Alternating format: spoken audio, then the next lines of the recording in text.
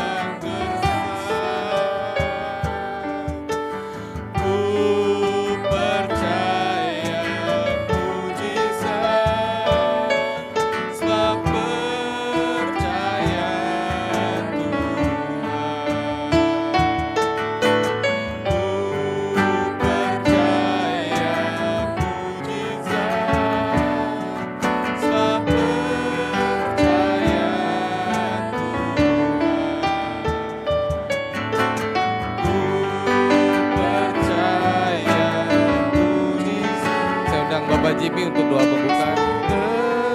Percaya Tuhan.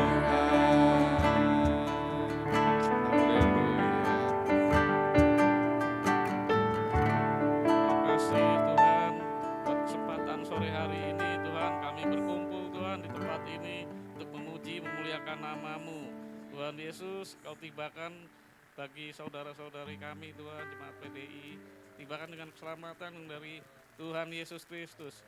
Biar kami mulai ibadah ini Tuhan, berkati dari awal, pertengahan sampai akhir Tuhan. Terima kasih Tuhan Yesus, kami mulai ibadah ini dalam nama Tuhan Yesus Kristus. Haleluya. Amin. Terima kasih Bapak Jimmy, silakan duduk Bapak Ibu. Puji Tuhan, kita bersyukur kita memiliki Allah yang begitu mengasihi setiap kehidupan kita. Kita boleh ada berbakti semua karena anugerah, kemurahan Tuhan. Kita mau bersuka cita karena Tuhan dalam kehidupan kita, Dia baik. Kita naikkan pujian Sungai Sukacitamu.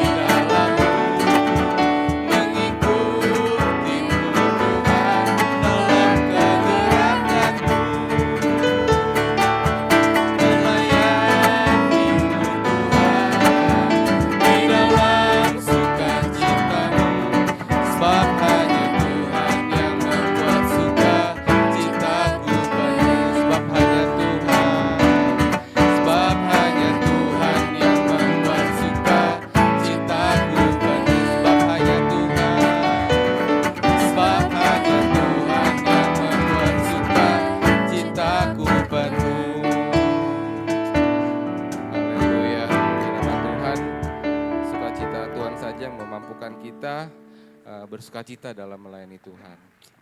Kita naikkan pujian, ku masuki gerbangnya, saya undang bangkit berdiri.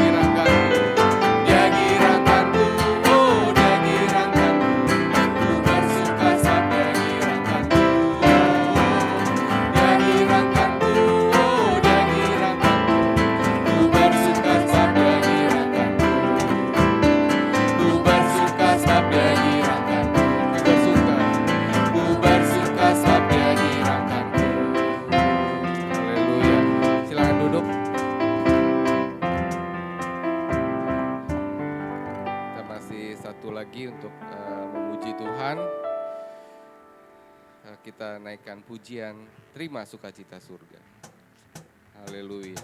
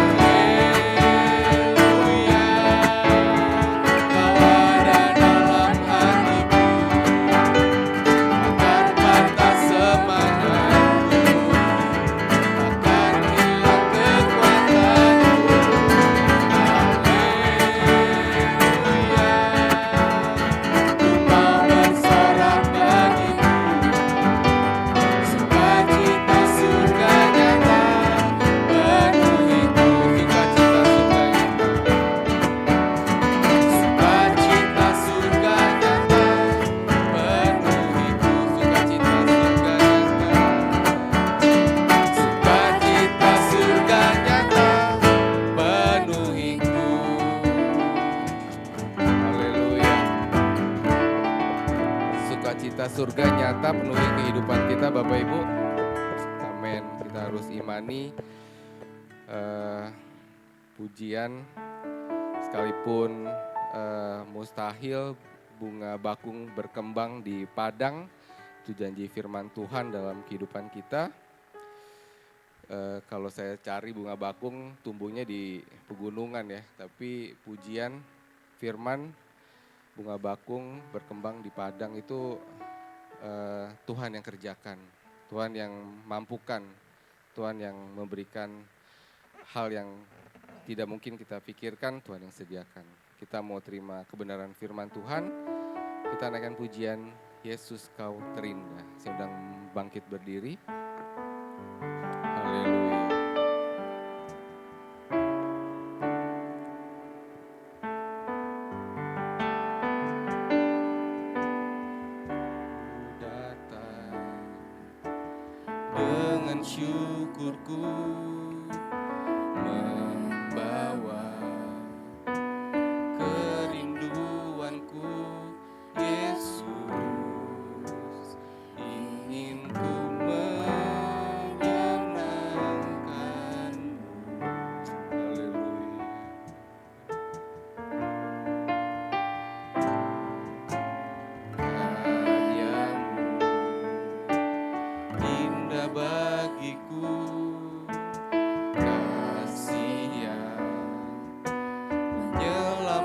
Tuhanku Yesus, inilah persembahanku.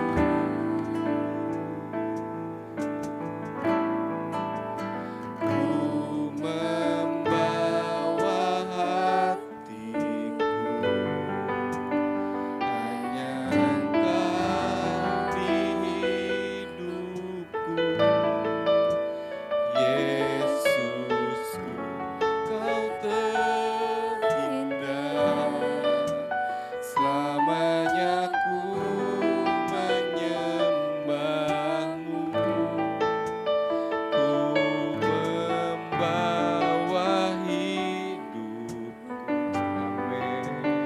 Inilah persembahanku untuk Yesusku yang terindah, selamanya ku menyembahmu. Yesus, haleluya. Kami datang membawa syukur, ku datang dengan syukurku, membawa kerinduanku. Yesus, ingin ku menyembahkanmu. Haleluya. Karyamu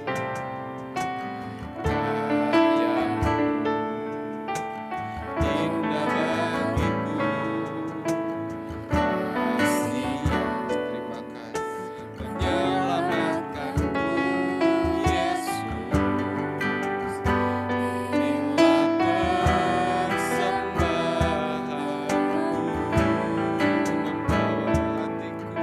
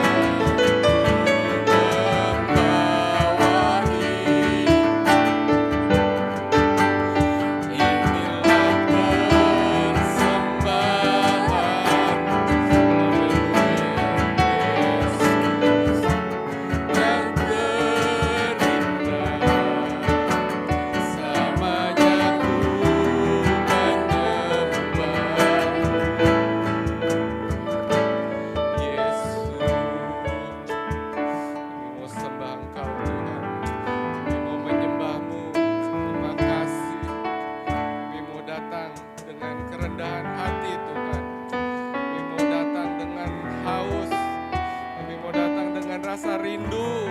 Terima kasih, kasih-Mu yang tidak tergantikan Tuhan, dengan emas perak Tuhan, dengan disediakan dunia bagi kami Tuhan.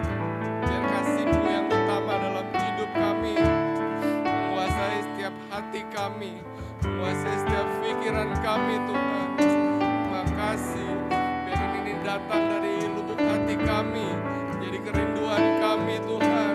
Terima kasih, kami datang bersyukur, menggunakan hati,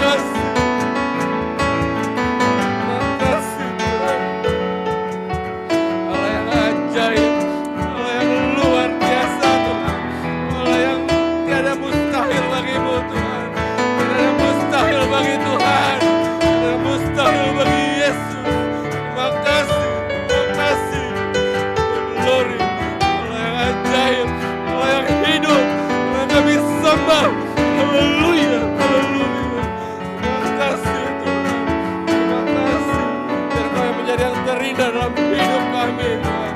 Oh glory, glory, haleluya. Bawa hatiku hanya Engkau di hidupku.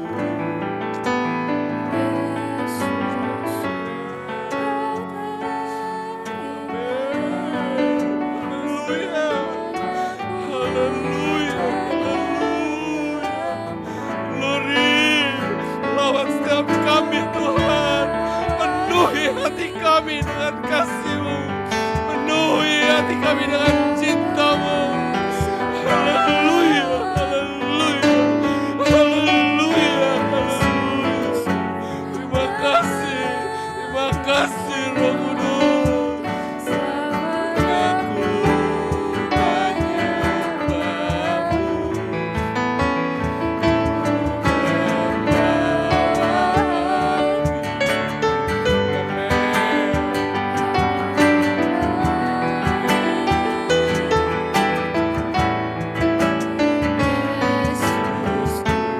Kau terindah, selamanya ku menyembahmu. Ku membawa inilah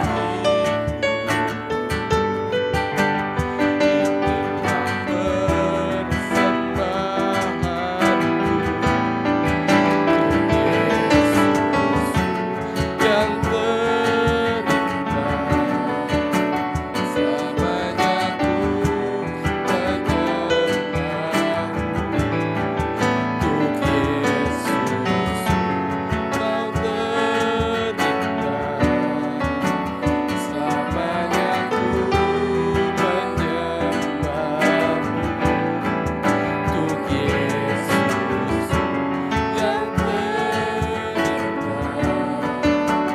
selamanya ku menyembahmu.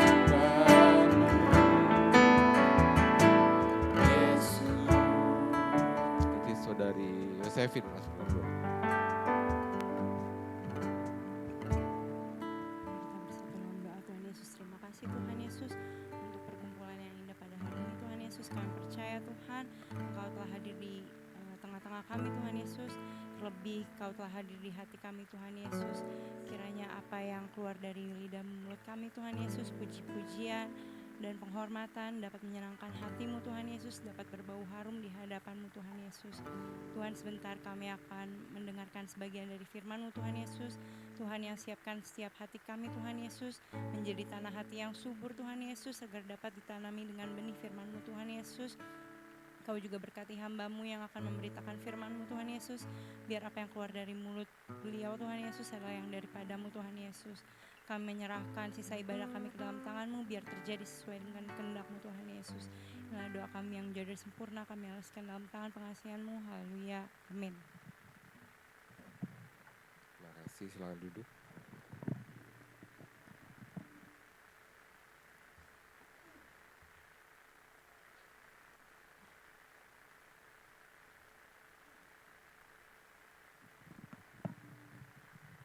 Puji Tuhan, salam sejahtera Bapak Ibu, saudara-saudara terkasih dalam Kristus. Sama-sama kita kembali belajar kebenaran firman Tuhan.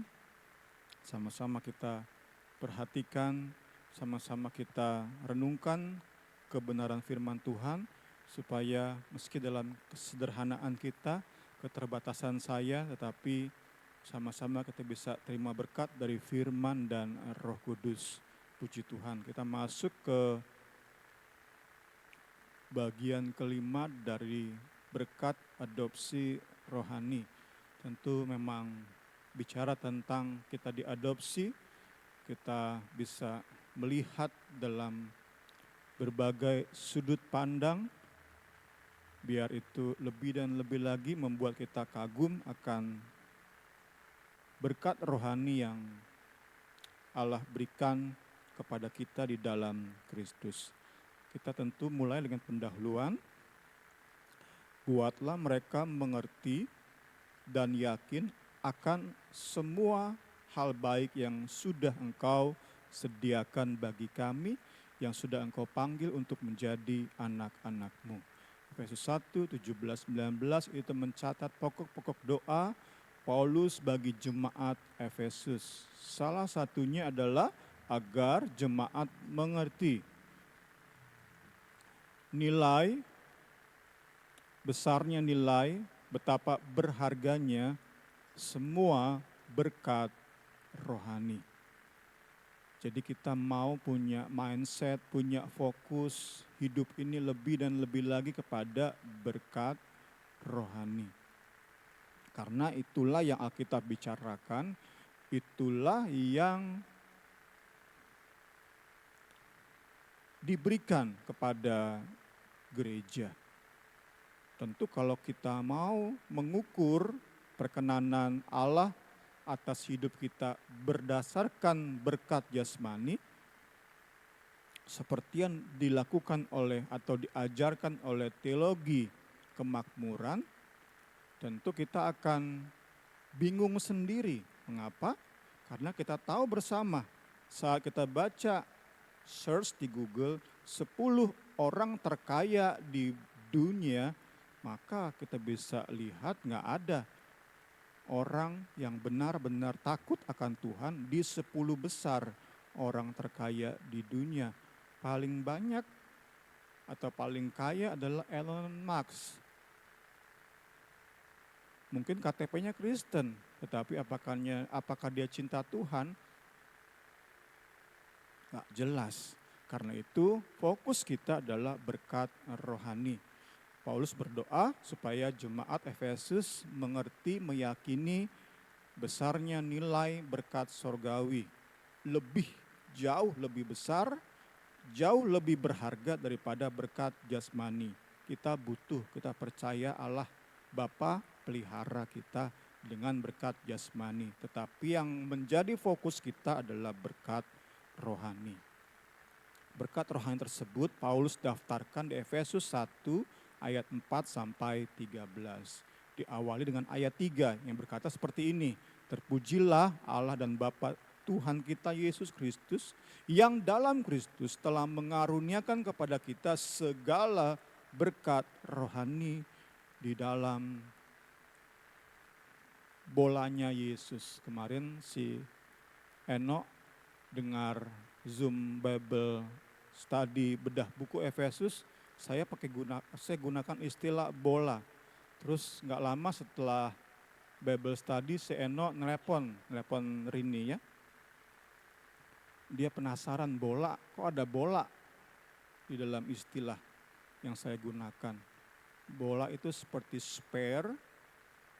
Nah, Tuhan Yesus itu spare-nya, bolanya kita di dalamnya. Itu gambaran yang digunakan oleh buku kita dan saya terjemahkan ke istilah bola. Bolanya adalah Yesus, kita berada di dalam bola tersebut. Saat kita berada di dalam bola ini bersama dengan saudara-saudara seiman di dalam bola Kristus ini, maka segala berkat rohani itu jadi bagian kita. Sedangkan orang-orang di luar bolanya Yesus ini, sekaya apapun mereka secara jasmani, mereka miskin, melarat secara rohani. Puji Tuhan. Saat kita bisa memahami betapa besar nilai dari berkat rohani, maka ada pujian di hati kita. Terus menerus, semakin hari semakin kencang di sanubari kita. Meski secara jasmani kita nggak kaya banget, pas-pasan, meski kita hadapi masalah, tetapi pujian itu bisa tetap hidup semakin kencang di hati kita. Sedemikian rupa sehingga pujian itu keluar di hidup kita sehari-hari. Kolose, paralelnya sejajarnya dengan Kolose. Efesus dengan Kolose itu sejajar. Kami minta supaya kamu jemaat terima segala hikmat dan pengertian yang benar untuk mengetahui kehendak Tuhan dengan sempurna sehingga hidupmu layak di hadapannya serta berkenan kepadanya dalam segala hal, dan kamu memberi buah dalam segala pekerjaan yang baik. Hamburan kekayaan Kristus. Kita masih dalam adopsi rohani atau adopsi ilahi. Buku referensi yang menjadi acuan kita bedah buku itu mendaftarkan 5 bagian dari kekayaan Kristus. Kita gambarkan ada 5 kontainer kekayaan Kristus yang diberikan kepada gereja. Salah satu kontainer adalah kekayaan Kristus ini adopsi ilahi. Berkat adopsi ini bersama dengan berkat-berkat rohani lainnya itu merupakan bagian dari hamburan limpahnya kekayaan Kristus bagi bangsa-bangsa non-Yahudi. Kata hambur, next, ya, saya gunakan untuk menunjuk kepada membagikan dengan tiada berhemat. Kita loncat ke Efesus 3, 8b. Saya ditugaskan untuk memberitakan kepada orang bukan Yahudi tentang berkat-berkat rohani yang kita terima secara berlimpah melalui Kristus. Kekayaan berkatnya itu terlalu luar biasa untuk dijelaskan dengan kata-kata. Ini yang dimengerti Rasul Paulus betapa besar nilainya berkat rohani, kekayaan sorgawi dibandingkan berkat jasmani, kekayaan jasmani. Berkat rohani itu Paulus katakan terlalu luar biasa untuk dideskripsikan dengan kata-kata. Paulus ngerti banget kebenaran ini dan Paulus share kepada jemaat. Supaya tadi ada pujian terus di hati, bahkan saat masalah datang tetap bisa bersyukur, bahkan kita bisa keluarkan buah dalam interaksi kita dengan sesama.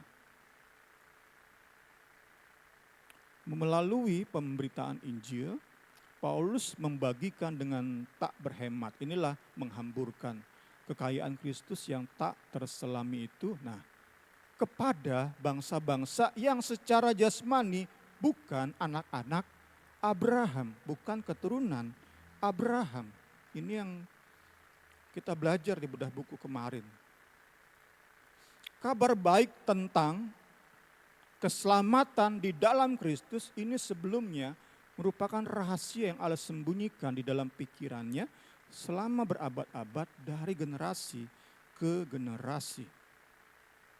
Kita bisa lihat itu di Efesus 3 ayat 5. Dahulu rahasia itu Injil. Rahasia itu menunjuk kepada Injil tentang kematian dan kebangkitan Kristus. Injil keselamatan di dalam Kristus. Itulah rahasia. Tidak pernah diberitahukan kepada manusia. Dahulu rahasia itu, Injil itu tidak pernah diberitahukan kepada manusia. Tetapi sekarang oleh Roh Allah sudah menyatakannya kepada rasul-rasul dan nabi-nabinya. Ya, kita mau melihat peristiwa Kalvari itu menjadi pemecah era, pembagi zaman sebelum dan sesudah. Sebelum berita tentang kematian kebangkitan Kristus. Jadi sebelum Injil itu diproklamirkan, tidak ada satupun manusia, karena sekali lagi tadi bersifat misteri atau rahasia. Tidak ada satupun manusia dapat mengerti bagaimana cara Allah berkati kita, orang-orang non-Yahudi. Kalau bicara tentang orang Yahudi, semua manusia tahu mereka begitu dicintai Allah, dibela Allah, biji mata Allah. Tetapi orang-orang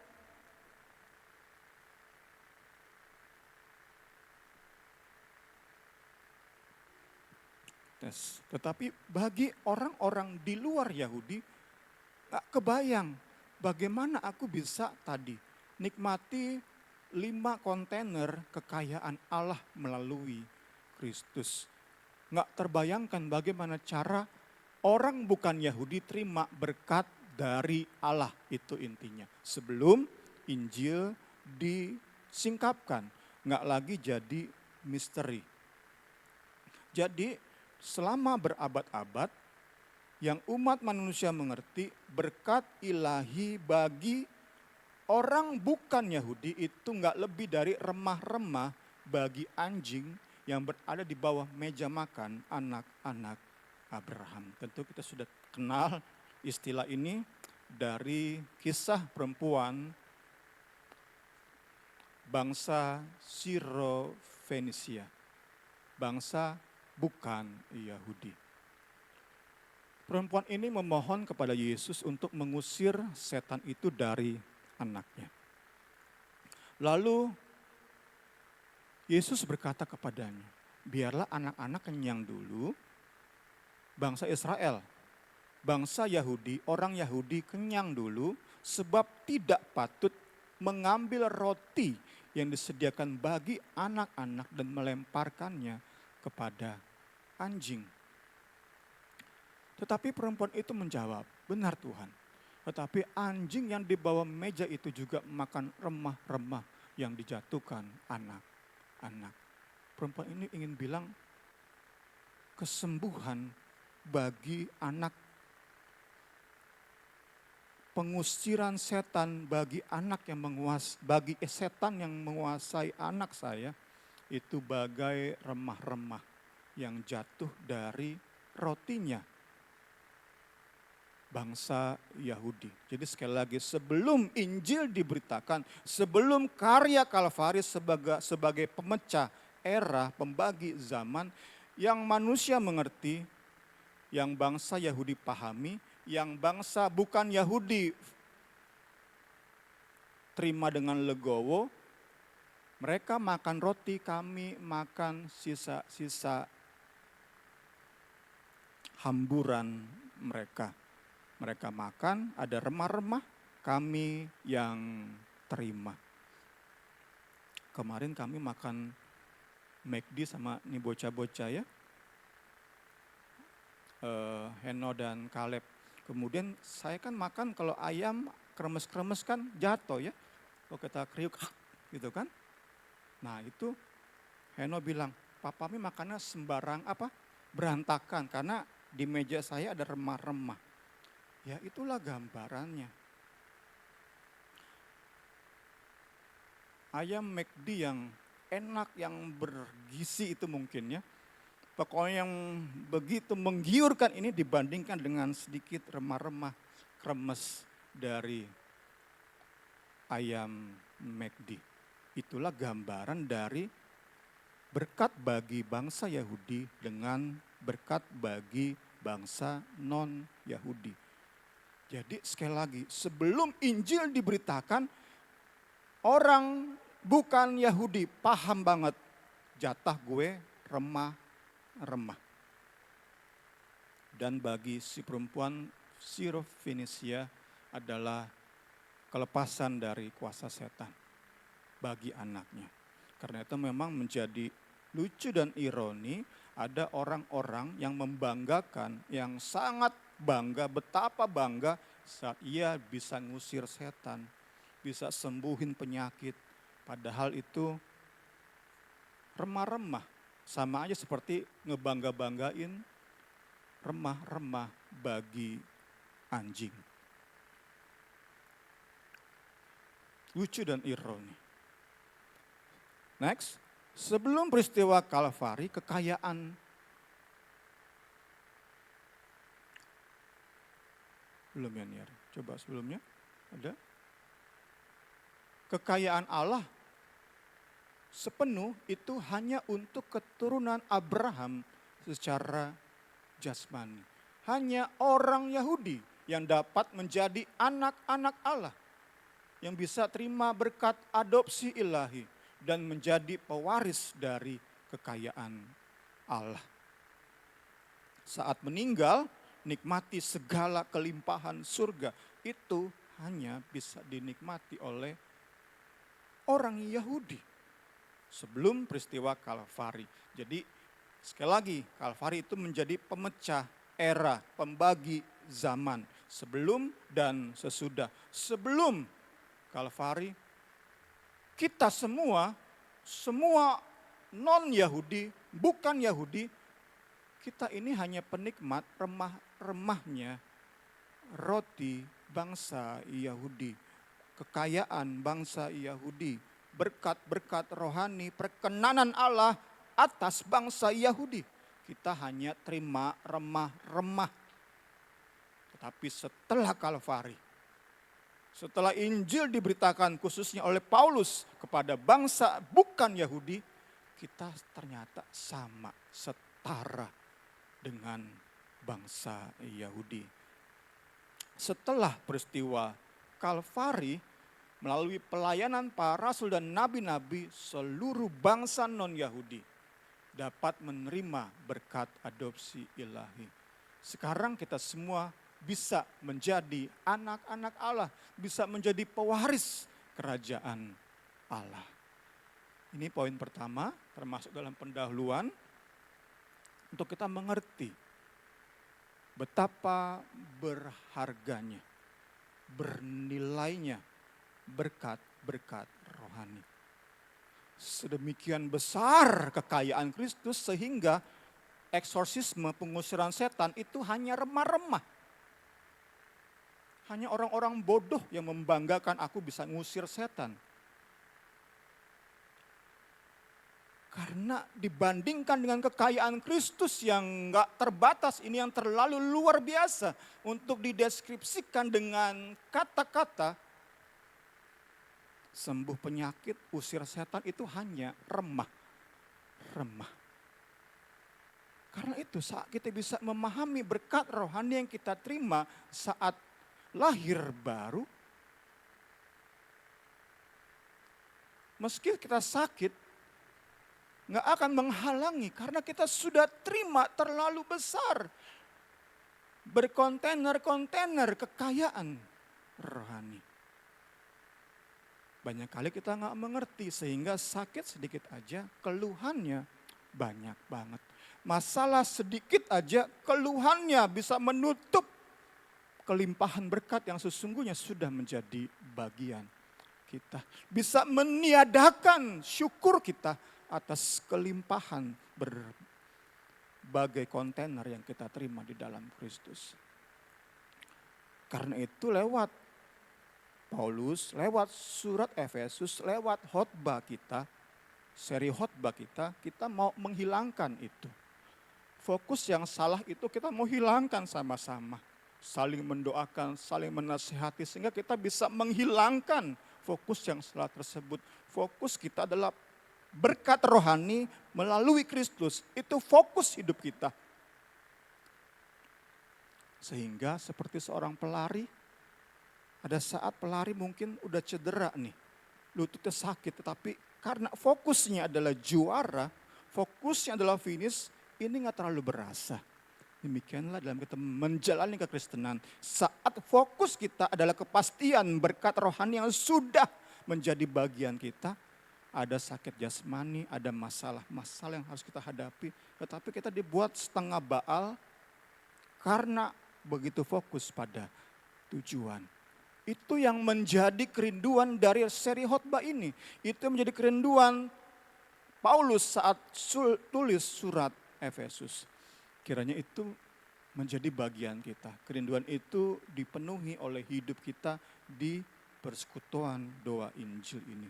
Sehingga masalah boleh datang sekeras apapun itu memang menggoyangkan kita. Tetapi kita akan kembali bisa lihat fokus, tegak dan mulai melangkah pelan-pelan. Haleluya. Haleluya, puji Tuhan. Kita masuk ke bagian inti dari khotbah renungan sore ini, jebakan kelebihan status jasmani.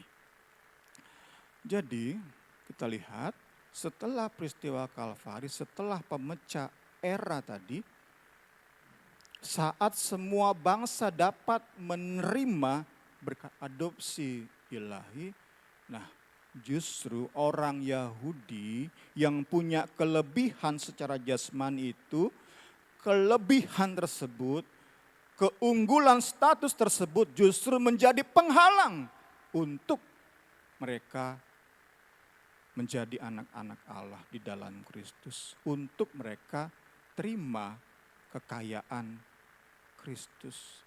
Ini yang menjadi perenungan khusus kita di sore hari ini.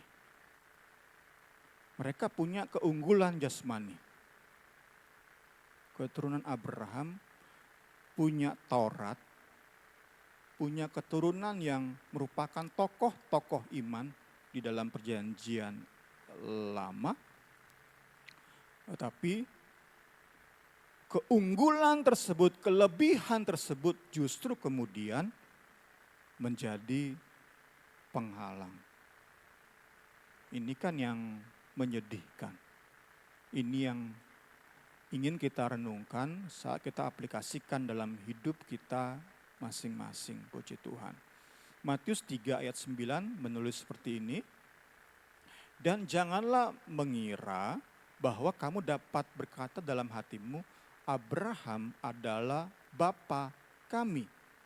Next.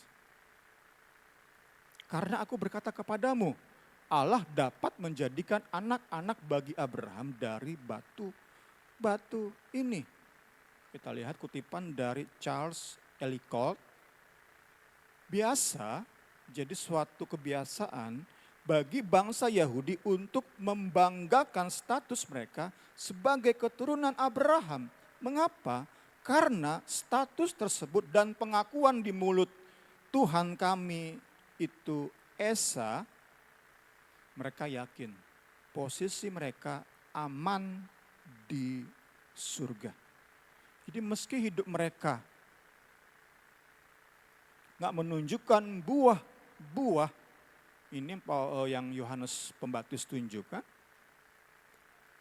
Mereka yakin posisi mereka aman di surga. Mereka yakin dalam pemahaman mereka, pangkuan Bapak Abraham itu sangat luas, mampu menampung semua keturunannya secara jasmani. Mereka yakin banget Bapak Abraham nggak mungkin biarkan mereka keturunannya masuk neraka. Itu keyakinan mereka. Kelebihan dalam status ini justru menjadi penghalang. Mereka nggak bisa melihat keberdosaan mereka. Mereka nggak bisa melihat melaratnya mereka secara rohani. Sehingga mereka nggak merasa perlu juru selamat. Mereka nggak merasa perlu berkat-berkat Allah melalui Kristus. Mereka nggak merasa butuh. Mereka lihat hidup mereka kaya raya secara rohani. Mereka melihat hidup mereka baik secara rohani. Benar hidup mereka, mereka pun menolak Injil Kristus. Ini yang menjadi perenungan kita di sore hari ini. Banyak kali status kita, kelebihan, keunggulan kita secara jasmani itu justru menjadi penghalang untuk kita terima berkat-berkat rohani. Padahal dihamburkan, dibagikan dengan tidak berhemat, kekayaan yang luar biasa, sedemikian luar biasa sehingga tidak bisa dideskripsikan dengan kata-kata. Itu dihamburkan, tetapi kita menjadi orang-orang yang terhalang, kita menjadi orang-orang yang menolak berkat rohani tersebut. Matius 3 ayat 7 sampai 8. Tetapi waktu ia melihat orang Farisi, orang Saduki datang untuk dibaptis, berkatalah ia kepada mereka, "Hai kamu, keturunan ular beludak, siapakah yang mengatakan kepada kamu bahwa kamu dapat melarikan diri dari murka yang akan datang. Jadi hasilkanlah buah sesuai dengan pertobatan. Saat Yohanes Pembaptis mengadakan baptisan massal di padang gurun, orang-orang Saduki, orang-orang Farisi, mereka merasa layak. Gak perlu memikirkan bahwa aku butuh juru selamat, aku butuh lahir baru, aku butuh pertobatan. Pokoknya dibaptis, itu gambarannya. Sedemikian sehingga datanglah teguran keras dari Yohanes Pembaptis. Next, diwakili oleh teguran keras ini, kita bisa simpulkan bahwa bangsa Yahudi, mayoritas bangsa Yahudi tidak mengindahkan syarat yang Kristus berikan, yaitu lahir baru dan pertobatan untuk masuk surga. Karena tadi unggulnya mereka secara jasmani, status mereka sebagai keturunan Abraham, punya hukum Taurat. Para tokoh iman lahir sebagai orang-orang Yahudi. Itu justru menjadi penghalang mayoritas bangsa ini untuk terima Injil. Mereka menenangkan diri dengan status jasmania mereka. Apa kata Yohanes Pembaptis? Gua gak peduli, kurang lebih seperti itu parafrasenya. Gua kan keturunan Abraham. Peduli amat kata Yohanes Pembaptis. Gua udah ngakuin Allah Israel itu Esa. Gak peduli kata Yohanes.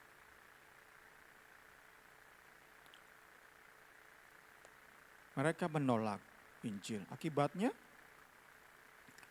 di saat semakin banyak orang Yahudi menikmati hamburan kekayaan di dalam Kristus, banyak orang Yahudi justru hidup dalam kemiskinan rohani dan penghukuman ilahi.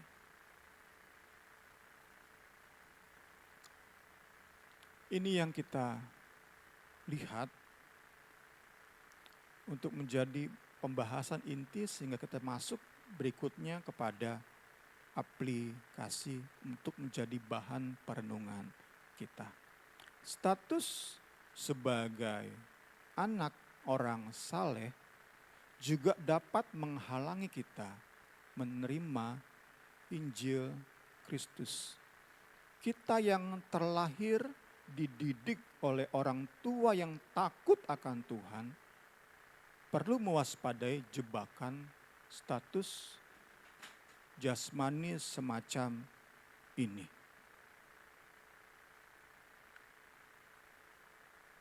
Masih yang tadi nih ya, kita mau melihat ini dulu. Banyak kali kita karena terlahir sebagai orang Kristen, apalagi orang tua kita pendeta, sejak lahir taunya doa firman. Dididik sedemikian saleh oleh orang tua. Kita pun harus mewaspadai jebakan versi bangsa Yahudi ini.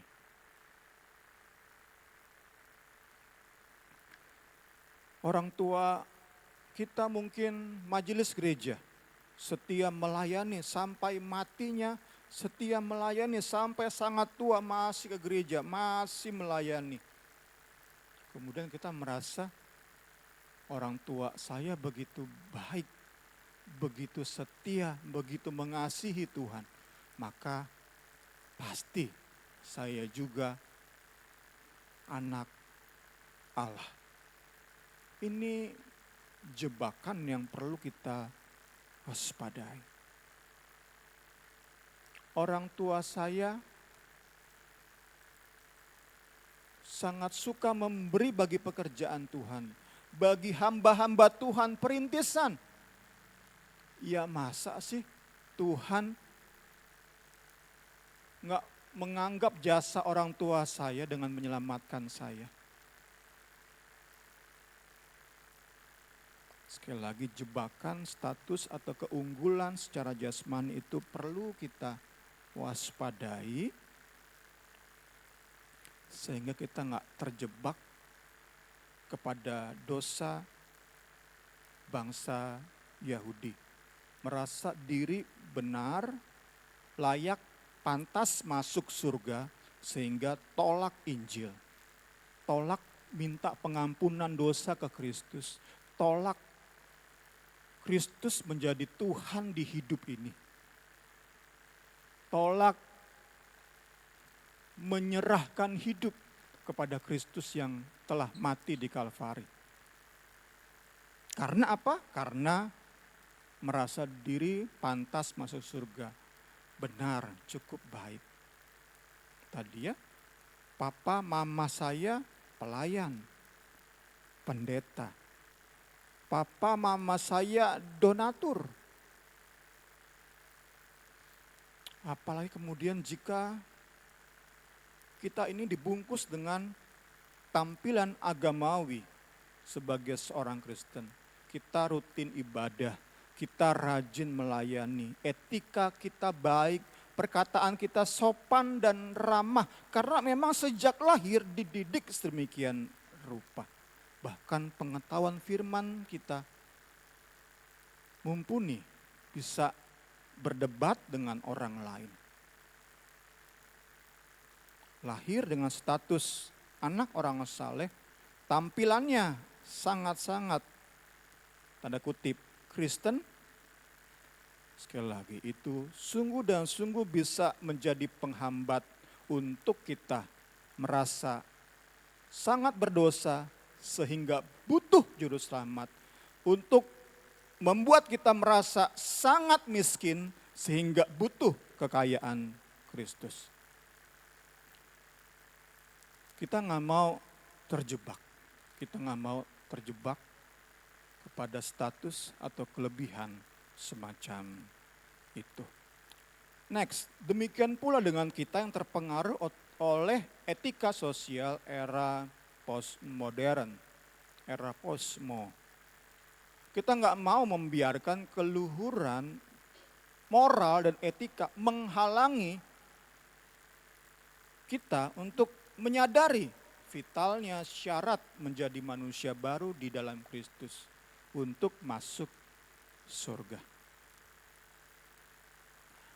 Kemarin saya kan habis dari mana ya, pokoknya berapa minggu ini kan panas banget ya. Udara panas banget siang-siang. Nah pas pulang dengan panasnya, bilang ke Rini, bilang ke Jesse, waduh papa ntar lagi jadi negro nih. Langsung Jesse bilang, gak boleh pak. Langsung kita bercanda, pendeta rasis nih. Ya itulah anak-anak sekarang. Nggak boleh body shaming. Kok dulu kan biasa ya. Zaman-zaman Pak Guru, zaman-zaman saya body shaming biasa Pak Guru ya. Hitam lo. Ya kan? Gendut lo. Biasa kan? Sekarang bisa di-cancel. Nggak bisa zaman sekarang. Jadi sekali lagi di era posmo ini, postmodern, etika sosial itu semakin tinggi. Nah jangan sampai etika kita yang begitu tinggi itu membuat kita nggak sadar bahwa kita ini makhluk berdosa. Bahwa kita butuh juru selamat.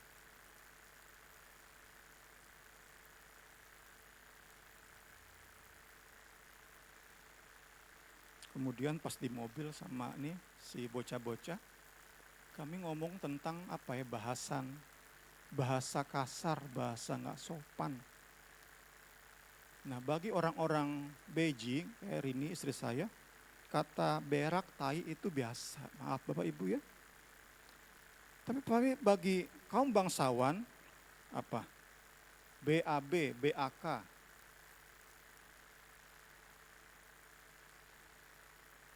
Ada orang-orang yang terdidik bahasanya sangat-sangat beretika. Sekali lagi, ini jebakan membuat orang ini nggak merasa dirinya sebagai orang yang berdosa, penuh dosa, butuh Yesus sebagai Tuhan dan Juru Selamat. Lucu lagi Seheno ya, katanya kalau orang manggil temannya coy, itu nggak sopan. Ya Mos ya, tahu nggak Mos? Panggilan coy. Kata Amos, kata Heno nggak sopan itu. Nggak boleh manggil temennya, coy. Lagi ngapain coy? Itu nggak sopan.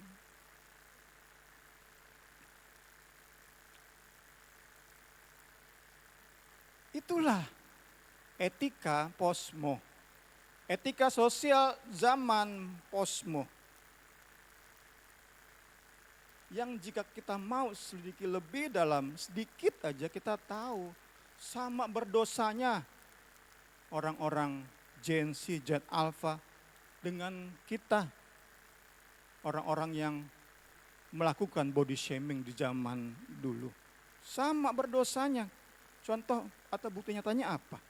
Ya tadi ya, saat melakukan body shaming itu bisa di-cancel. Cancel tindakan apa? Tindakan membunuh. Kok tindakan kasih itu? Sama aja kan? Sama. Kita makhluk berdosa. Cuman di era posmo ini tampak lebih beretika. Itu yang menjadi perenungan kita sama-sama di sore hari ini. Kita nggak mau didikan orang tua yang begitu luhur kayak bangsawan menghambat kita menyadari keberdosaan kita. Juga etika kita yang begitu mulia menghambat kita menyadari keberdosaan kita. Betapa butuhnya kita Juru Selamat, betapa butuhnya kita untuk lahir baru, betapa butuhnya kita untuk bertobat dari hari ke hari. Allah Roh Kudus tolong kita, tolong Allah Roh Kudus, tolong kita semua. Sebagai penyeimbang, bagian-bagian akhir, di pihak berlawanan, kita yang dididik oleh orang tua jahat, kita yang dididik di lingkungan yang beretika buruk, jangan sampai kita dibuat iblis merasa tidak layak untuk menjadi anak-anak Allah yang amat sangat kudus. Kita dididik buruk oleh orang tua jahat, bertumbuh di lingkungan beretika buruk, di lingkungan rakyat jelata bukan bangsawan. Kata-kata kita banyak kali nggak sopan, kurang etis. Tetapi kita percaya Kristus mampu layakkan kita jadi anak-anak Allah Maha Kudus. Mengapa? Next, karena Yesus telah dimiskinkan. Supaya kita yang miskin rohani, apapun status jasmania kita, dapat menjadi kaya rohani. Bahkan Allah Bapa sempat meninggalkan Yesus, anak tunggalnya, supaya kita dapat menjadi anak-anak Bapa. Dia, next, yang sangat kaya, sudah rela menjadi miskin demi menyelamatkan kita. Bahkan dia menjadi orang yang paling miskin supaya kita menerima segala kekayaan rohani. Untuk ayat ini menjadi bagian kita, kita harus sadar diri dulu kita miskin butuh kekayaan Kristus. Kita melarat secara rohani butuh kekayaan Kalvari. Itu dulu. Saat kita merasa sudah kaya secara rohani, hidup kita sudah benar, karena tadi status jasmani, didikan orang tua yang baik, kita kehilangan karya Kalvari yang menjadi pemecah era tadi.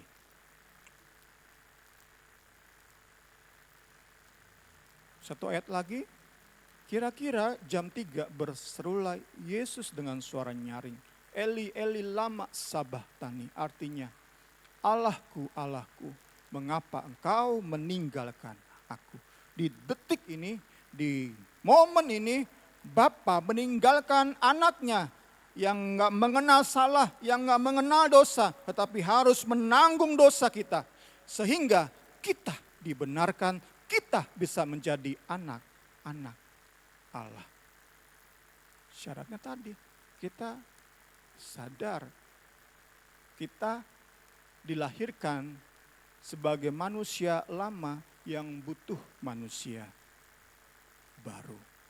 Perlu transformasi dengan terima Injil, dengan terima kabar Injil, kabar keselamatan dalam Kristus, kabar kematian dan kebangkitan Kristus.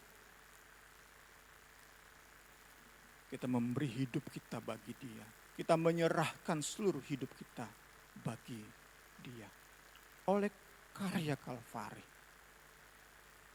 Maka ada sebuah ironi yang sangat besar. The greatest irony of Calvary's effect. Ada orang yang seneng atau sering panggil temannya coy, masuk surga. Tetapi ada orang yang gak pernah ngomong tai berak, masuk neraka. Itulah the greatest irony of Calvary's effect. Ironi terbesar dari akibat karya Kalvari. Mohon maaf jika ada kata-kata yang menyinggung, kata-kata kasar. Kiranya momen yang indah ini saat kita akan makan perjamuan kudus itu menyadarkan kita, butuhnya kita juru selamat, miskinnya rohani kita, keberdosaan kita, sehingga tubuh dan darah Kristus itu menjadi begitu berharga.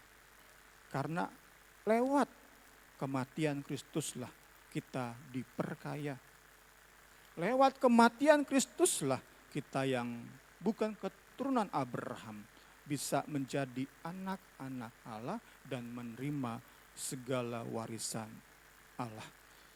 Penutup, mari kita bersama, apapun latar belakang kita, latar belakang didikan kita menerima, menikmati sepenuh kekayaan Kristus yang Ia hamburkan melalui hamba-hambanya yang setia memberitakan Injil sepenuh. Hamba-hamba Tuhan yang fokus memberitakan berkat rohani lebih daripada berkat jasmani.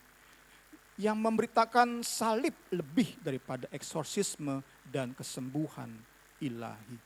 Yang lebih fokus pada Injil daripada nasihat praktis dan nasihat motivasi hidup. Kiranya kebenaran firman Tuhan menjadi bagian kita semua.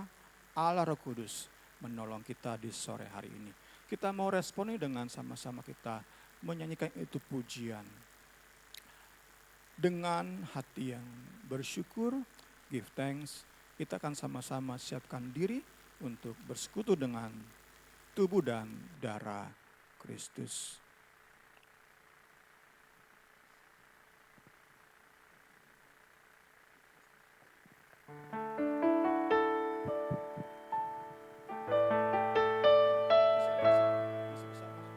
Dengan hati bersyukur pada Allah yang kudus, syukur karena diberikan putranya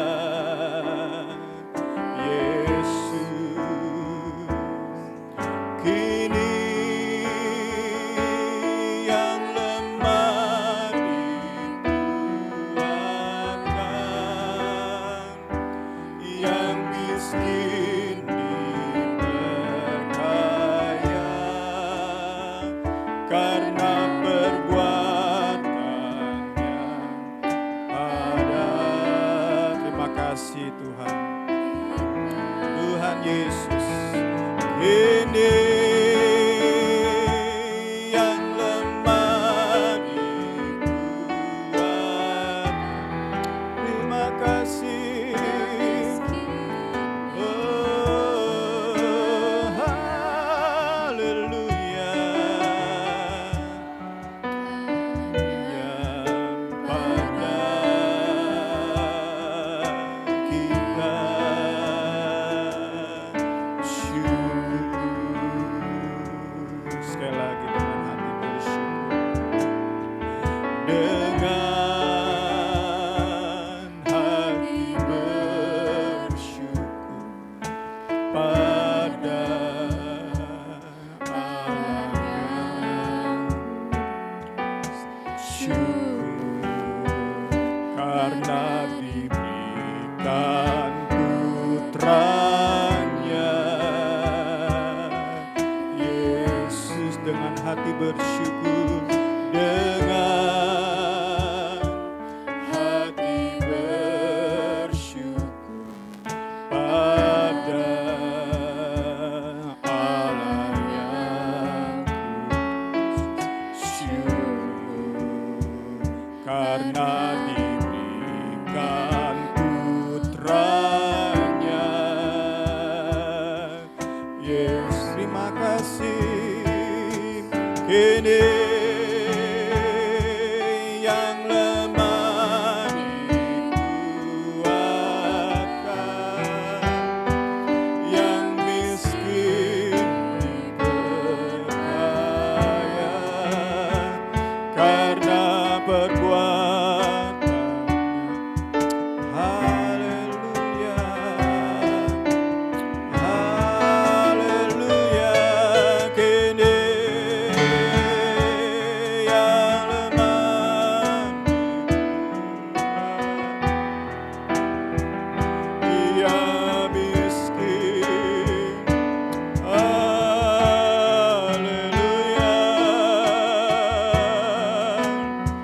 Amin. Kini haleluya. Kini yang lemah dikuat, ia miskin Glory, glory, haleluya, haleluya. Kini yang lemah glory. Terima kasih Tuhan. Amin. Amin. Di dalam nama Yesus. Kini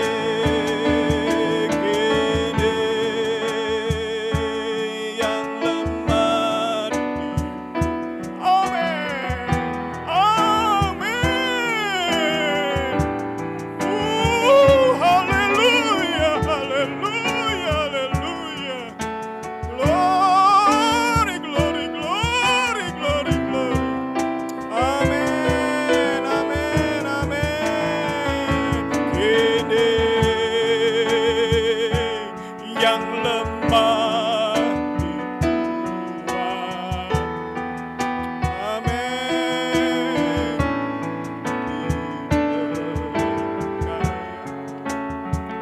Karena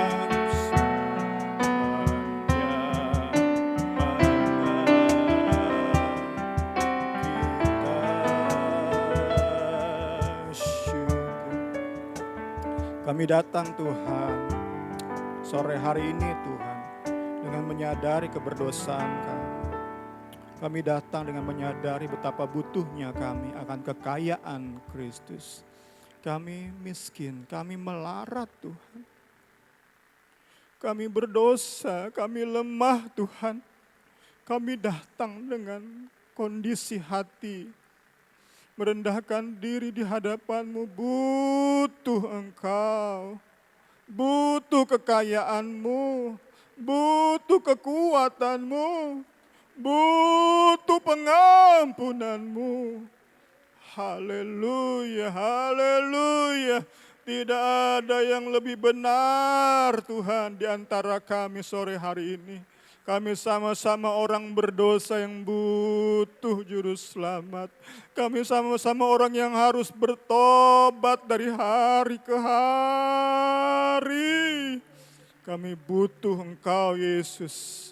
Kami butuh Engkau juru selamat. Kami butuh Engkau pengampun dosa, Engkau pengubah hidup. Haleluya, haleluya. Sebentar Tuhan, kami akan bersekutu dengan tubuh dan darah-Mu. Allah Roh Kudus bekerja di hati dan pikiran kami Tuhan. Haleluya, haleluya. Kami bisa melihat betapa berharganya Kalvari, betapa vitalnya peran Kalvari di sejarah dunia ini. Memisahkan era Tuhan, memisahkan zaman Tuhan. Glory, glory, glory. Allah Roh Kudus, jamah kami masih meremehkan perjamuan kudus. Jamah hati kami masih meremehkan karya Kalvari. Dijamah, dipulihkan, dicelikkan di dalam nama Yesus. Di dalam nama Yesus. Betapa bernilainya tubuh dan darah Kristus, betapa berharganya karya Kalvari. Kami akan terima tubuh dan darah-Mu di dalam nama Tuhan Yesus Kristus.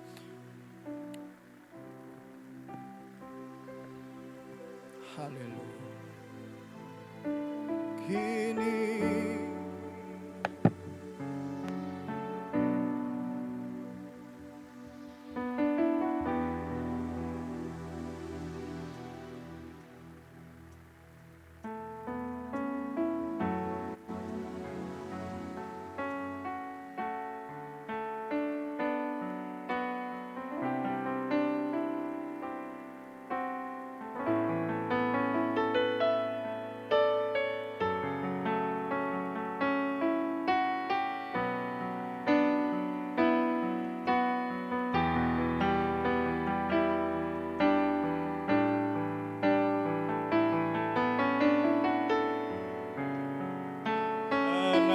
perbuatannya pada kita. Kita yang sudah terima boleh berdiri Bapak Ibu. Kini yang lemah dikuatkan, amin. Yang miskin diperkaya karena perbuatannya pada kini,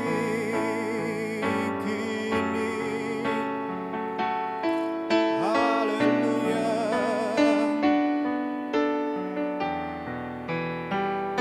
amin.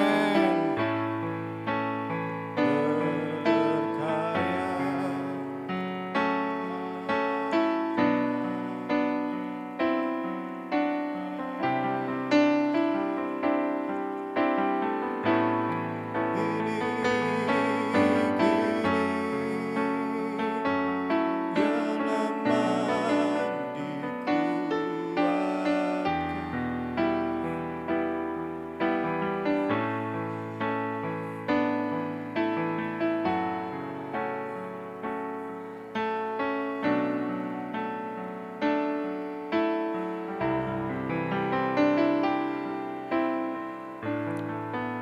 syukur, syukur.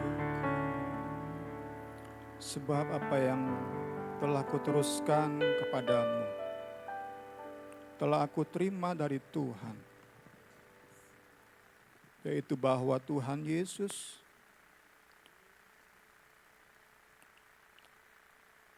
pada malam waktu Ia diserahkan, mengambil roti dan sesudah itu Ia mengucap syukur atasnya. Ia memecah-mecahkan dan berkata, amin. Inilah tubuhku yang diserahkan bagi kamu, perbuatlah ini menjadi peringatan akan aku.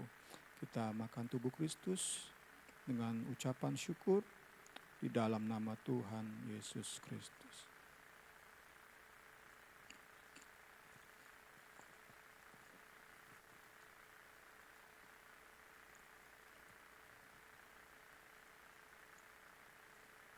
Kita angkat cawan di atas kepala.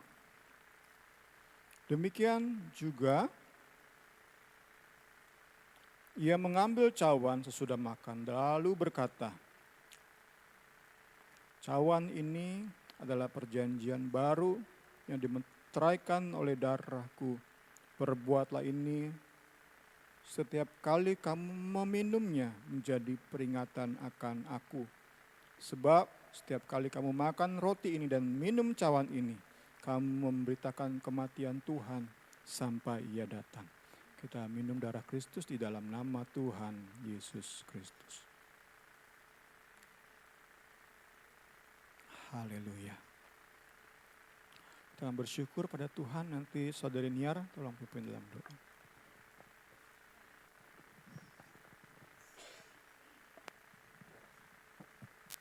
Haleluya. Haleluya. Kami sungguh bersyukur ya Bapa untuk setiap kelimpahan rohani yang boleh Tuhan Engkau curahkan kepada kami ya Bapa.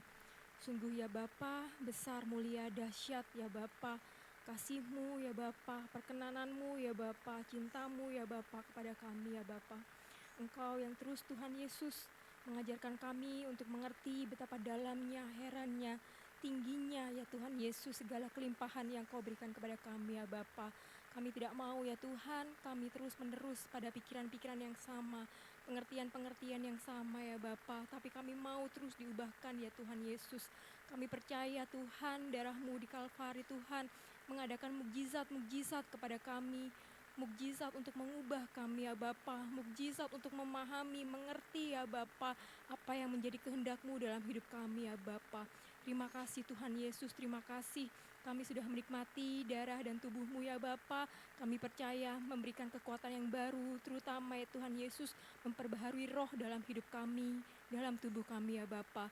Terima kasih Tuhan, kami percaya hari ini tidak akan sia-sia ya Tuhan Yesus, tapi menjadi titik awal kami ya Bapa untuk lebih heran lagi mengasihi Engkau, untuk lebih heran lagi Tuhan bersekutu dengan-Mu ya Bapa, untuk lebih diperlengkapi ya Bapa dalam menjadi anak-anak-Mu ya Tuhan Yesus. Terima kasih Tuhan Yesus, terima kasih.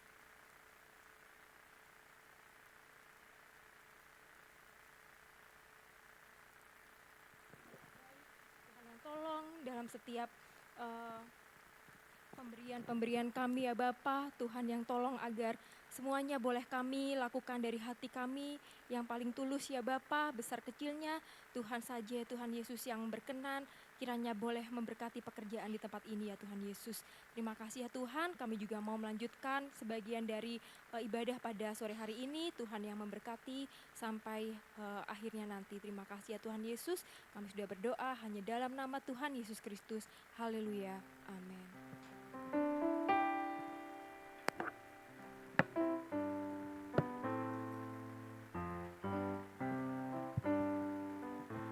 Puji Tuhan, saatnya kita akan memberikan persembahan.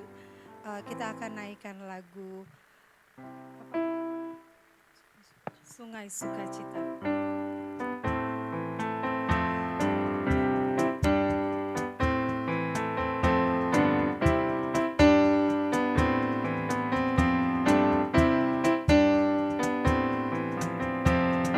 Sungai sukacitamu mengalir dalamku, anggur sukacitamu melimpah dalamku. Ku menari dan bersuka, pujimu di setiap waktu, sebab sungai sukacitamu ada dalamku. Sungai sukacitamu,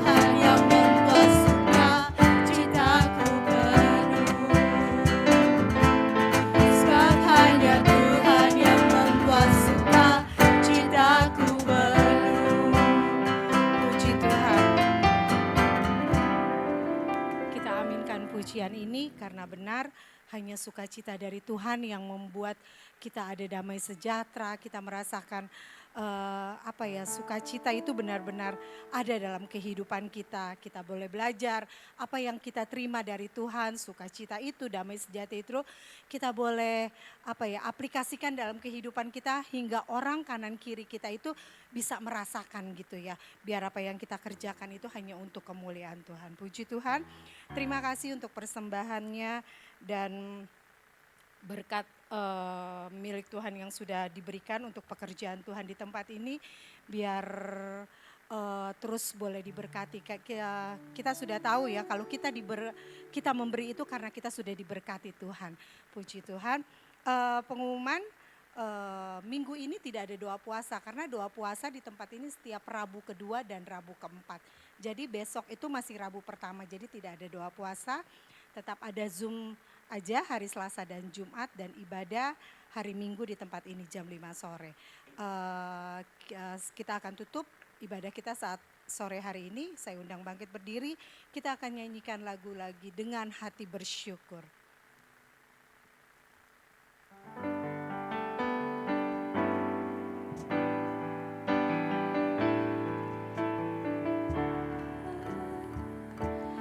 Hati bersyukur pada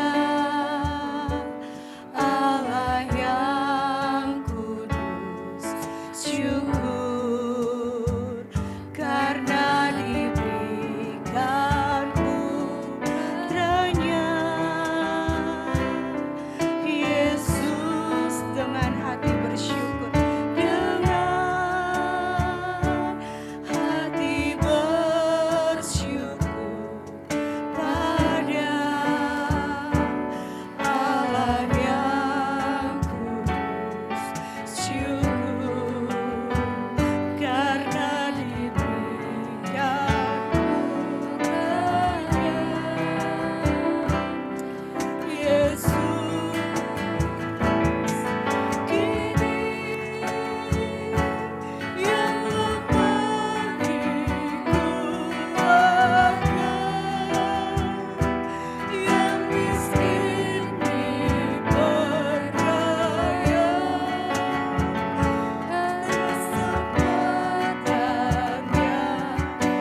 Yang lemah dikuatkan,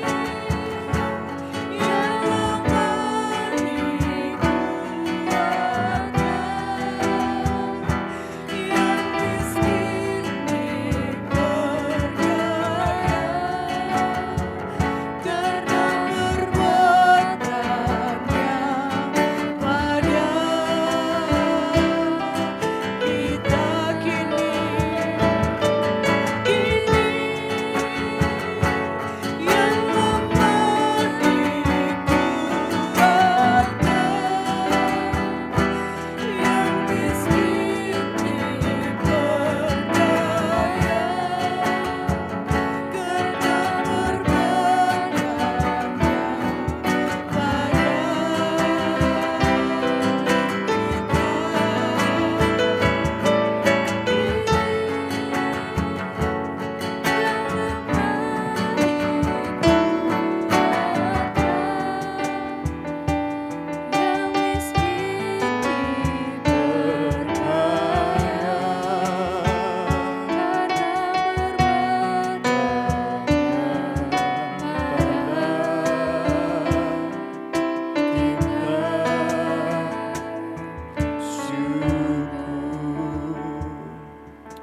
Syukur kami naikkan kepadamu, pujian dari hati kami Tuhan, kiranya berkenan di hadapan-Mu, menyenangkan hatimu, bagai bau-bauan yang harum di tahta-Mu, di tahta kasih karunia-Mu, sehingga kami siap Tuhan sore hari ini kembali terima kelimpahan kasih karunia. Setelahnya kami ikut ibadah ini Tuhan, kami kembali rasakan hangatnya anugerah dari surga. Isi hati kami, isi pikiran kami, kuasai seluruh bagian tubuh kami, jiwa kami, roh kami dikuasai oleh anugerah kudus. Haleluya. Kami sadar hari-hari kami jahat Tuhan. Kami hadapi masalah demi masalah Tuhan. Di pekerjaan kami hadapi tantangan. Di kuliah, di tempat kami sekolah Tuhan, banyak juga masalah harus kami hadapi. Interaksi dengan sesama juga harus kami lalui dengan masa-masa yang sukar.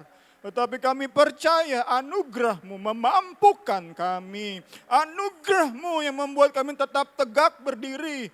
Bahkan lebih lagi kami percaya jadi saksi-Mu, jadi alat-Mu. Kami dimampukan menyalurkan anugerah-Mu kepada orang-orang di sekitar kami. Dimulai dari orang serumah kami. Kami bersyukur buat ibadah yang sudah Engkau pimpin. Pulangnya kami, memasuki kami minggu yang baru, kami percaya penyertaan-Mu sempurna jadi bagian kami, anak-anak Bapa Sorgawi. Kami berdoa buat bangsa negara kami Indonesia Tuhan. Kami berdoa buat Tuhan perlakuan terhadap kami kaum minoritas hari-hari ini. Tuhan, begitu dimunculkan oleh medsos Tuhan, membuat kami khawatir Tuhan, membuat kami cemas, tetapi kami mau taruhkan iman percaya kami pada firman-Mu, pada janji-janji-Mu Tuhan. Engkau Allah yang setia, menyertai kami sampai kepada kesudahan zaman. Tidak mungkin Engkau biarkan, tidak mungkin Engkau tinggalkan orang-orang yang bergantung kepadamu, yang menaruh harap kepadamu. Terima kasih menyikapi Tuhan masalah-masalah persekusi Tuhan yang kami hadapi, kekristenan kami hadapi. Kami berdoa, beri kami hikmat Tuhan, untuk kami bisa menyikapi dengan benar Tuhan. Kami Tuhan yang berdoa, kami berdoa dengan penuh keterbebanan. Kami rindu jiwa-jiwa yang bermaksud jahat bisa diubahkan hati mereka. Seperti Engkau Yesus mengubahkan hati Saulus. Kami berdoa, bagi Tuhan pihak-pihak organisasi Kristen yang coba menyuarakan Tuhan, pendapat Tuhan, ketidaksetujuan yang ada. Tolong pimpin mereka biar tetap disertai oleh kasih Tuhan. Jangan biarkan kekristenan dipermalukan Tuhan. Jangan biarkan Tuhan Indonesia melihat Kristen penuh dengan kekerasan. Tolong kami, tolong kekristenan di bumi Indonesia. Segala hormat, segala pujian, syukur bagimu. Pemerintahan kami beri hikmat Tuhan untuk memberi kebijakan yang pro terhadap kekristenan di bumi Indonesia ini. Bahkan kami berdoa Tuhan buat organisasi besar dari kaum muslim Tuhan. Baik MUI Tuhan, Muhammadiyah, NU Tuhan, supaya mereka dapat Tuhan memberikan kebijakan yang memudahkan kami untuk beribadah. Tak ada yang mustahil bagi Engkau. Kami serahkan pekerjaan-Mu di bumi Indonesia ini. Mereka yang dalam perintisan, Engkau saja yang memberi kekuatan untuk terus maju, melangkah melayani Engkau. Mereka yang sudah mapan Tuhan, mereka terus Tuhan mau menjadi berkat bagi masyarakat di sekitar mereka. Segala hormat, segala pujian hanya bagi Yesus Juru Selamat kami. Sama-sama kita akan terima berkat dari Tuhan. Tuhan memberkati engkau, melindungi engkau. Tuhan menyinari engkau dengan wajah-Nya dan memberi engkau kasih karunia. Ia menghadapkan wajah-Nya kepadamu dan memberi engkau damai sejahtera.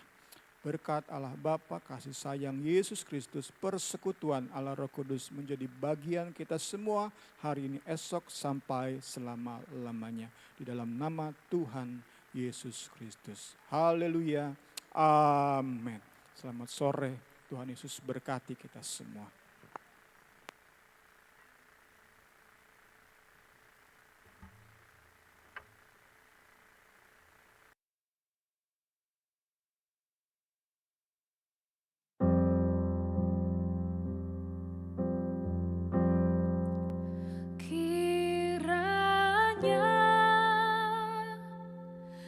Engkau memberkati aku berlimpah-limpah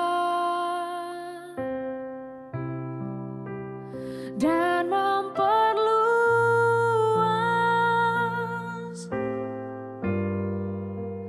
daerahku,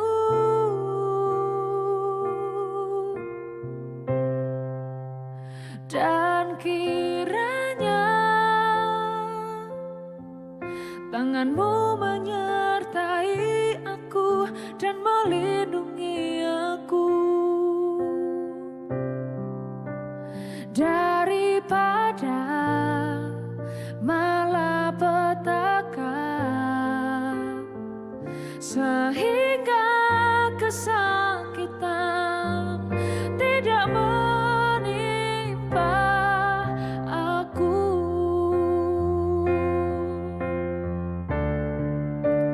Kiranya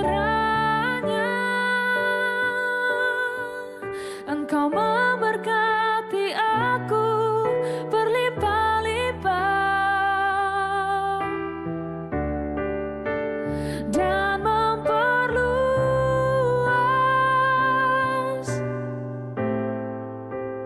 daerahku,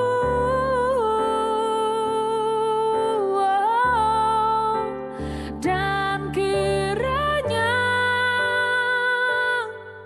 tangan-Mu menyertai aku dan melindungi aku daripada malapetaka, sehingga kesakitan tidak menimpa aku.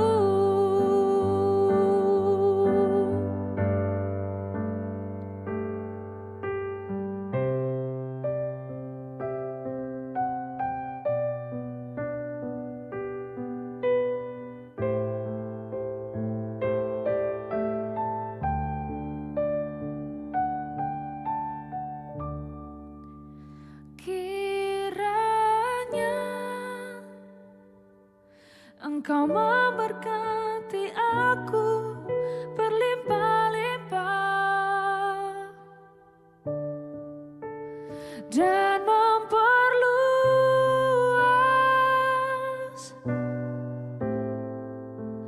daerahku,